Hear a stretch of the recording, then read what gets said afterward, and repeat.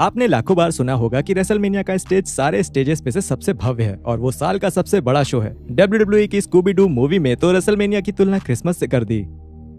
We can't cancel WrestleMania. That's like canceling Christmas. जब बात आती है रेसलमेनिया की तो बहुत सारे ऐसे पल हैं जो कि WWE चाहेगा कि आपको याद रहे, जैसे कि डैनियल ब्रायन का वर्ल्ड टाइटल जीतना, जॉन सीना का जेबिल को हराना के साथ ही काफी और ऐसे बहुत पल हैं जो WWE आपको खुशी से दिखाएगा। पर ऐसे भी बहुत पल हैं जो WWE चाहेगा कि आप बिल्कुल भूल जाएं, और उन्होंने एक कदम आगे बढ़कर उन्हें इतिहास के पन्नों से ही हटा दिया। सबसे पहला, एक फैन बैरिकेड फांद कर रिंग में पहुंचा और अपने कपड़े उतारने शुरू कर दिए। यकीनन रेसलमेनिया के सारे मैचेस में से सबसे बेहतरीन था रेसलमेनिया 23 का मैच, जहां शॉन माइकल्स और जॉन सीना ने दो हाथ किए। हर फैन चाहे एरिना में हो या घर पर देख रहा हो, उसकी इकलौती इच्छा थी इस मैच को शांति से बैठकर देखने की। सब इन कमाल के स्टार्स को अपना मैच खेलते हुए देखना चाहते थे, एक फैन को छोड़ के।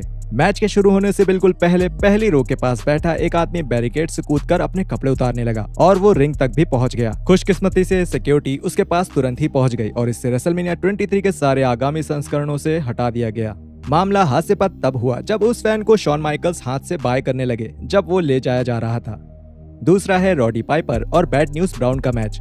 रॉडी पाइपर के ऐसे बहुत से पल हैं जिन्हें WWE आपको खुशी से याद दिलाते रहना चाहता है, पर एक पल ऐसा भी है जो मिटा दिया गया है। रेसलमेनिया 6 में पाइपर और बैड न्यूज ब्राउन की फाइट होने जा रही थी। अपने प्रतिद्वंदी को थोड़ा ज्यादा गुस्सा दिलाने के लिए रॉडी पाइपर ने अपने आधे शरीर को काला रंग दिया था, क्योंकि ये रेसलमेनिया के इतिहास की एक बहुत ही विवादित घटना थी। पाइपर ब्राउन का मैच और उनके प्री मैच इंटरव्यू दोनों को ही रेसलमेनिया 6 के WWE नेटवर्क और पीकॉक दोनों से हटा दिया गया।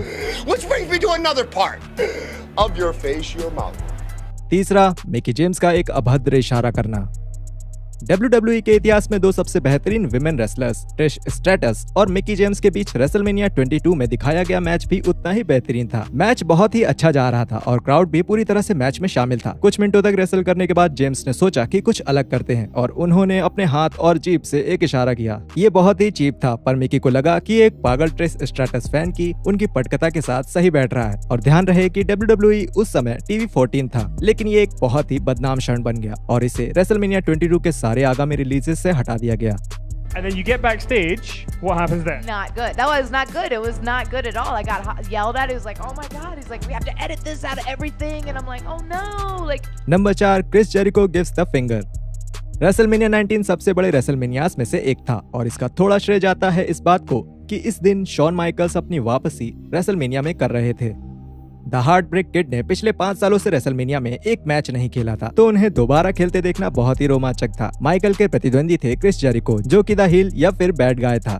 उसी रोल के अनुरूप Y2J ने शॉन माइकल्स को उनकी एंट्रेंस के समय मिडिल फिंगर दिखाई। ये कुछ खराब नहीं लगा। स्टोन कोल्ड ने भी उस रात फिर यही किया।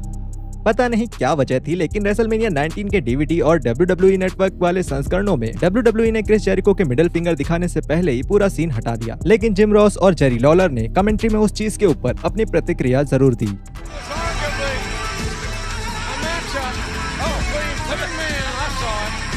नंबर 5, पॉल ऑनडॉर्फ ने एक रेसिस्ट इशारा किया। रेसलमेनिया 2 के ओपनिंग मैच में मिस्टर वंडरफुल पॉल ऑनडॉर्फ के प्रतिद्वंदी द मैग्निफिसेंट मुराको, जिन्हें मिस्टर फ्यूची मैनेज कर रहे थे। मैच के दौरान ऑनडॉर्फ ने मुराको को बॉडी स्लैम किया, जिसके कारणवश क्राउड खुशी से चिल्लाने लगा। मिस्टर वंडरफुल ने फिर मिस्टर फ्यूची को देखकर एक पतली आंखों का इशारा किया और फिर उन्हें द इटालियन सैल्यूट भी दिया। जब WWE नेटवर्क पर यह मैच आया तो इन सब चीजों को हटा दिया गया ताकि पॉल ऑनडॉर्फ की हरकतों को कोई देख न ले।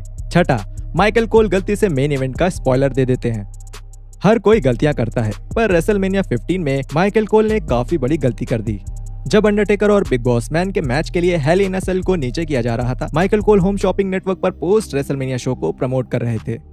कोल ने गलती से मेन इवेंट जीतने वाले का नाम ये बोलकर सबको बता दिया। On the Home Shopping Network, it's the show after the show. Post-game comments, we'll hear from the new WWF champion. You'll have a chance to buy some exclusive. दिक्कत ये थी कि WWE चैंपियनशिप मैच अभी तक हुआ नहीं था और द न्यू WWE चैंपियन कहकर कोल ने फैंस को बता ही दिया था कि उस रात द रॉक स्टीव ऑस्टिन से अपना टाइटल हार बैठेंगे, और वही हुआ। बेशक इस पार्ट को रेसलमेनिया 15 के सारे आगामी वर्जन से हटा दिया गया। मैं तो ये सोच रहा हूँ कि विंस मैकमैन की क्या प्रतिक्रिया रही होगी जब उन्होंने माइकल कोल को ये बोलते हुए सुना होगा। नंबर 7, द DX बैंड ने अमेरिका द ब्यूटीफुल परफॉर्म किया। रेसलमेनिया में बहुत सिंगर्स और म्यूजिकल्स ने शो की शुरुआत करने के लिए अमेरिका द ब्यूटीफुल परफॉर्म किया है। WWE आपको पूरे गर्व से ये सारी परफॉर्मेंस दिखा देगा, एक को छोड़कर। रेसलमेनिया 14 में WWE ने कुछ अलग किया और उन्होंने द DX बैंड से अमेरिका द ब्यूटीफुल का एक अल्टरनेट वर्जन परफॉर्म करवाया।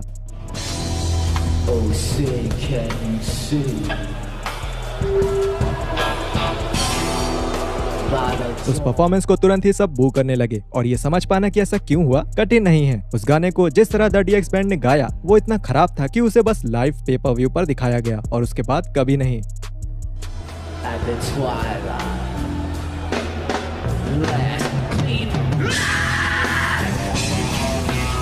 नंबर 8, जैक स्वैगर और उनके अटैची की दिक्कत। रेसलमेनिया 26 में आखिरी बार एक money in the bank ladder match WrestleMania में हुआ था। इसमें शामिल रेसलर्स ने भी अपनी पूरी दमखम से खेला और इस मैच में काफी बेहतरीन क्षण भी हैं, जिनमें से कुछ हमारे top 50 OMG WrestleMania moments video में भी हैं। और एक तरफ जहां WWE चाहता है कि आपको ये क्षण याद रहे, एक ऐसा भी पल है जिसे WWE ने मिटा ही दिया है। जब उस मैच के विजेता जैक स्वैगर अटैची को पकड़ने गए तब उन्हें उसे नीचे खींचने में दिक्कत हुई। अगर आप उसे WWE नेटवर्क पर देखें या फिर DVD रिलीज पर देखें तो ऐसा लगेगा कि उन्होंने बिना किसी दिक्कत के उसे नीचे खींच लिया, पर जब आप लाइव वर्जन देखते हैं तो दिखा है कि द ऑल अमेरिकन को लगभग 15 सेकंड लग गए हुक से उस अटैची को उतारने में। Number 9, WrestleMania kick off panel ने डीवा शब्द को खत्म कर दिया। रेसलमेनिया 32 एक बहुत बड़ा इवेंट था और इसके बहुत कारण थे। उनमें से एक ये था कि डिवास के टाइटल को रिटायर कर दिया गया था और विमेंस चैंपियनशिप की शुरुआत हुई। इससे WWE में डिवास शब्द भी खत्म हो गया और अब फीमेल रेसलर्स को सुपरस्टार्स कहकर बुलाया जाएगा। किक ऑफ पैनल ने इस घोषणा पर अपनी प्रतिक्रिया दी और उसमें कुछ भी उतना विवादास्पद नहीं था, लेकिन इवेंट के बाद पैनल की प्रतिक्रिया को किक ऑफ शो के WWE नेटवर्क संस्करण से हटा दिया गया। एक लौती गेस ये है कि रेने यंग ने डीवा शब्द को एक तरह से गलत ठहराया और शायद WWE को लगा कि ये उनकी एक खराब छवि प्रस्तुत कर सकता है।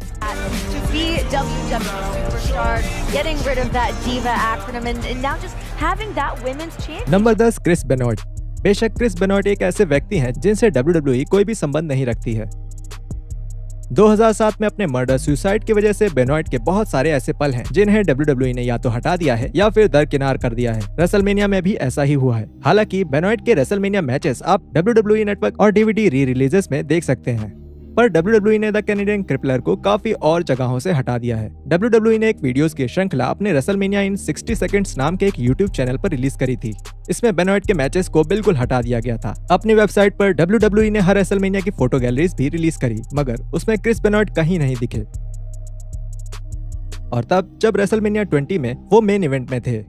2014 में एक DVD प्रकाशित हुई जिसमें शॉन माइकल्स के सारे रेसलमेनिया मैचेस हैं, एक को छोड़कर जिसमें वो क्रिस बेनॉट और ट्रिपल एच से लड़े थे 2004 में। वैसे इसकी बात करें तो एडी गुरेरो और बेनॉट की एक पिक्चर है जिसमें दोनों अपने वर्ल्ड टाइटल्स को सेलिब्रेट कर रहे हैं। WWE ने उसे एक विज्ञापन के तौर पर इस्तेमाल करा, पर उन्होंने बेनॉट को उस पिक्चर से बिल्कुल मिटा ही दिया। क्या हमने कोई पल मिस कर दिया? हमें नीचे कमेंट करके बताइए। और रेसलमेनिया के टॉप 10 सबसे छोटे मैचेस देखने के लिए लेफ्ट साइड पर आ रहे वीडियो को देखिए। मिलते हैं अगले वीडियो में, तब तक के लिए ख्याल रखिए।